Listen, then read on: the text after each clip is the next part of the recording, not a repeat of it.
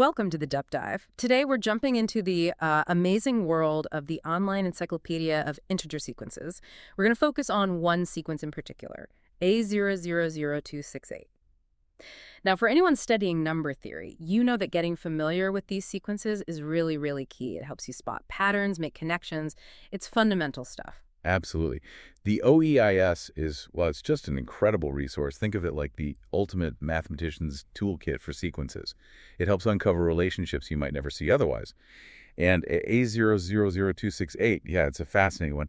It's nicknamed the Iterated Exponentials sequence. Iterated exponentials. Okay. That name itself sounds like things are going to get big fast. Oh, they do. That's the hint right there. Yeah. Its growth is spectacular. So our mission today really is to unpack this sequence. What is it? What makes it tick? And, why should number theorists care about this specific sequence? We're drawing on the OEIS entry itself, of course, but also some key academic papers and reference books. Good plan.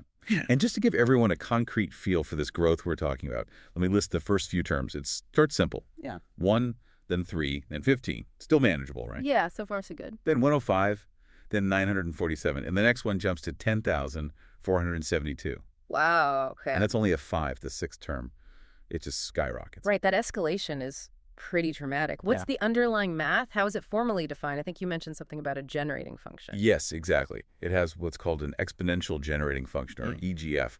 It's a really compact way to define the whole infinite sequence. The formula itself looks like Galach log 1 plus log 1 plus log. Okay, nested logs. That looks complex. It does look a bit dense, but the beauty of it is how it captures that iterative structure, that repeating process, which drives the growth. It encodes the sequence's DNA, so to speak. That makes sense. It's like a compact recipe for explosive growth. Where did this sequence first appear? Does it have a long history? It does, actually. Its roots go back quite a way.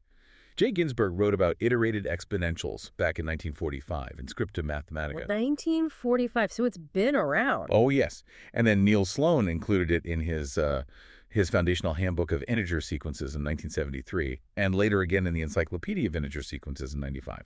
So its inclusion by Sloan really, solidified its importance. It's not just some random string of numbers. Okay, so it's got history, it's got this EGF definition, but how do you actually calculate a term, say A10, without finding all the ones before it? Is there an explicit formula? There is. Vladimir Kruchinin found one in 2010. It's quite involved, mathematically speaking.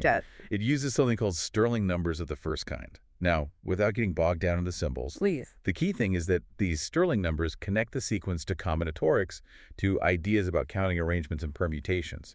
So this formula doesn't just let you compute a term directly, which is useful. It also reveals these deeper combinatorial connections. Combinatorics. Interesting. So it bridges different mathematical areas. Does it link up with other specific sequences in the OEIS? It certainly does. That's one of the powerful things about the OEIS, right? Seeing the connections. A000268 is actually the first column of another sequence, A039815, which is a triangular array of numbers. It also cross-references with others like A037713. It shows it's part of a bigger web. And interestingly, the author listed for the sequence entry itself is Jay Sloan. The founder himself. That definitely underscores its significance. Exactly.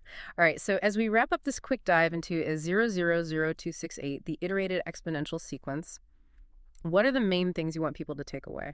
Well, I think the main point is that it's this rapidly growing sequence defined by quite an elegant, if complicated-looking EGF. And it has this explicit formula tying it to Stirling numbers and combinatorics, plus a solid history going back decades. And it shows how these sequences aren't isolated islands, right? They connect. Precisely. Sequences like A000268 are more than just numbers. They're like windows into deeper mathematical structures. They reveal how different fields like number theory and combinatorics are often surprisingly intertwined, simple rules leading to complex results. Which leaves us with a thought for you, our listener. We've talked about iterated exponentials, but what if you iterated other functions? How might that concept apply elsewhere in math, or maybe even in modeling things in the real world? What kinds of new, perhaps equally fascinating sequences might you uncover them?